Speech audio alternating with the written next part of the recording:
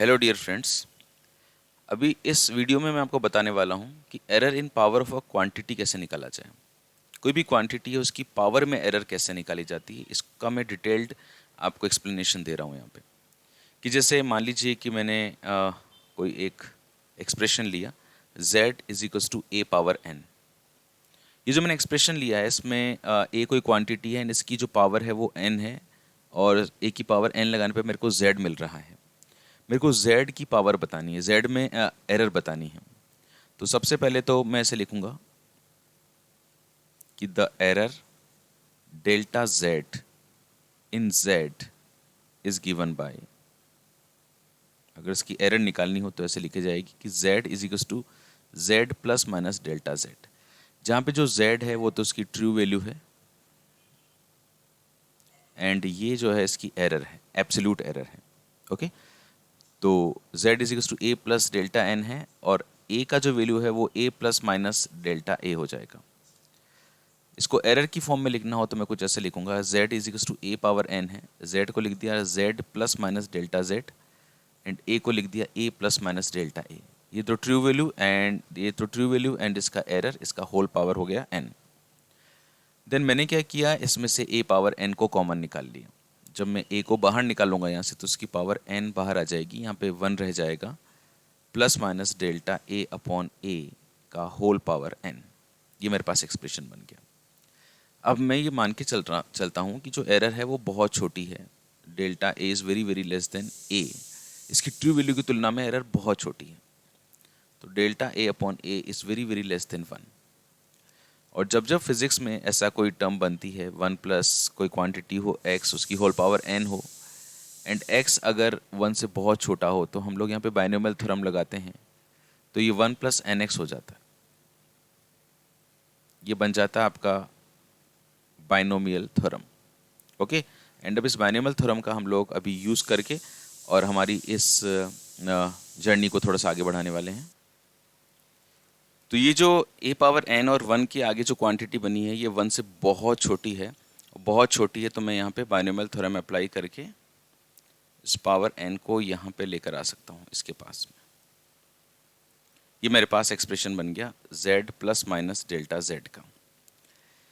अब जरा देखिए, जो a पावर n है इसे z लिखा जा सकता है, so this is z 1 plus minus n delta a upon a and this is z plus minus delta z। आओ जरा इस एक्सप्रेशन को और सॉल्व करते हैं। ये जो z आपको दिखाई दे रहा है ना, इस z को इधर डिवीजन में ले जाओ इसके, तो z plus minus delta z upon z जब इधर डिवीजन में आएगा तो दोनों डिवाइड हो जाएंगे।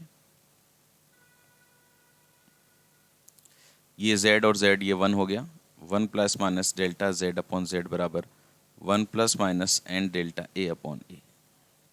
देन ये 1 से 1 कैंसिल हो गया और मैंने देखा कि delta z upon z is equal to हो गया n delta a upon a। ये मेरे पास एक एक्सप्रेशन आ गया जहाँ पे जो डेल्टा z अपॉन z जो है यह रिलेटिव एरर है, relative error of the z है।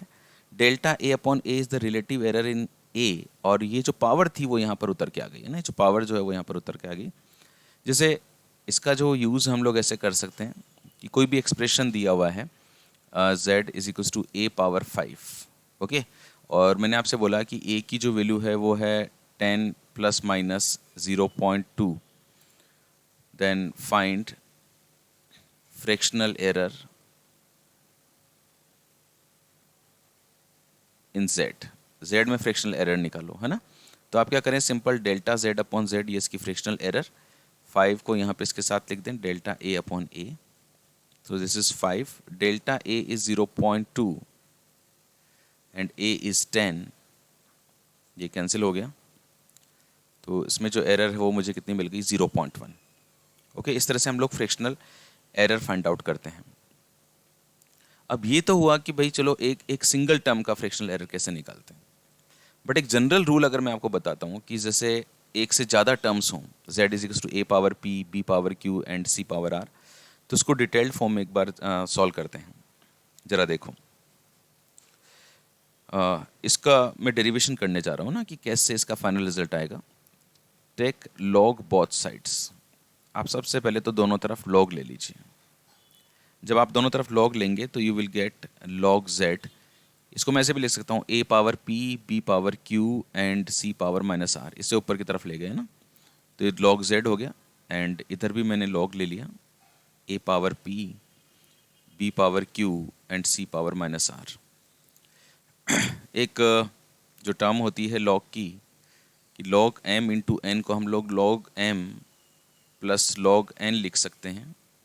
उस बेसिस पे मैंने इसको log a power p, log b power q and log c power minus r लिख दिया। log a पावर p जो है इसको मैं लिख सकता हूँ p log a plus q log b minus r log c। Okay, ये मेरी टर्म बन गई। अब हम दोनों तरफ डिफरेंशिएट कर देते हैं ना, differentiate both sides, differentiate both sides. दोनों तरफ मैंने जब डिफरेंशिएट किया इसको, तो log z जो है इसका आ जाएगा dz upon z, this is p, this is dA upon a, q dB upon b minus r dc upon c। इसको मैंने दोनों तरफ डिफरेंशिएट कर दिया। डिफरेंशिएट करने के बाद मैंने देखा यहाँ पे प्लस की टर्म आ रही है, यहाँ पे प्लस की टर्म आ रही है, यहाँ पर माइनस की टर्म आ रही है। अगर मैं इसी इक्वेशन को, equation in terms of fractional errors लिखता हूँ, तो जो मेरी टर्म है ये कुछ ऐसी बन जाएगी, plus minus delta z upon z, क्योंकि मैं फ्रैक्शनल एरर्स की फॉर्म में लिख रहा हूँ, plus minus p delta a upon a, plus minus q delta b upon b and plus minus delta c upon c, और यहाँ पे कोफिशिएंट r। ओके, अगर मेरे को मैक्सिमम परमिसिबल एरर चाहिए हो तो मैं देखो क्या करूँगा, the maximum permissible error. Maximum permissible error का मतलब होता है कि मैक्सिमम कितना हो सकता है, मतलब वैल्यूज मैक्सिमम तभी हो सकती है जब मैं या तो सारी वैल्यूज प्लस की ले लूँ या फिर सारी वैल्यूज माइनस की ले लूँ। तो मेरे पास में डेल्टा z अपॉन z बराबर आ जाएगा p delta a upon a plus q delta b upon b plus r delta c upon c। तो वो जो माइनस आ रहा था अपना यहाँ पर, ये वाला जो माइनस है, जब मैक्सिमम परमिसिबल एरर की बात आती है तो वो प्लस में कन्वर्ट हो जाता है।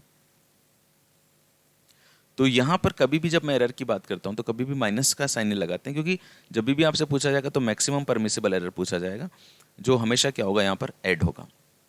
अगर p, q और r इनमें से जो भी वैल्यूज़ हैं, अगर इनकी वैल्यूज़ 1 से ज़्यादा होती हैं तो ये एरर को इंक्रीज़ करती हैं।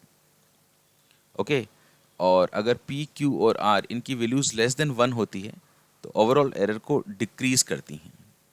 जैसे एक छोटा सा का एग्जाम्पल भी मैं आपको लेकर बताता हूँ। मान लीजिए कि मैंने आपको कहा कि z is equal to a power 2 and b power 3 and c power 5 है। ओके, एंड आपको परसेंटेज एरर जो है इन a ये गिवन है 2%, percentage error in b is let us it is given 1.5% and percentage error in c is given 1%। Then आपसे पूछा जा रहा है कि परसेंटेज एरर इन z क्या होगा। तो आप लोग सिंपली क्या करें, z is equal to a square b cube and c power minus 5 लिखें।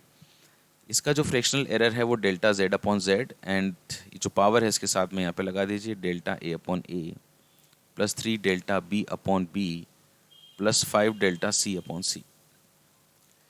a में जो परसेंटेज एरर है वो 2% है, एंड b में जो है वो 1.5% है, एंड c में जो है वो 1% है। हमेशा प्लस का साइन लगाना है ना। This is 4% and this is 4.5% and this is 5%. तो 4 and 4 8, 8 and 5 13, तो this is 13.5%. Okay, so keep watching. बस इसके बाद में कंटिन्यूटी में आपको इसके और एग्जांपल्स भी मैं आपको देता रहूँगा, और ईश्वर से मैं दुआ करता हूँ कि आपने जो भी सपना देखा है आपका पूरा हो। Thank you so much.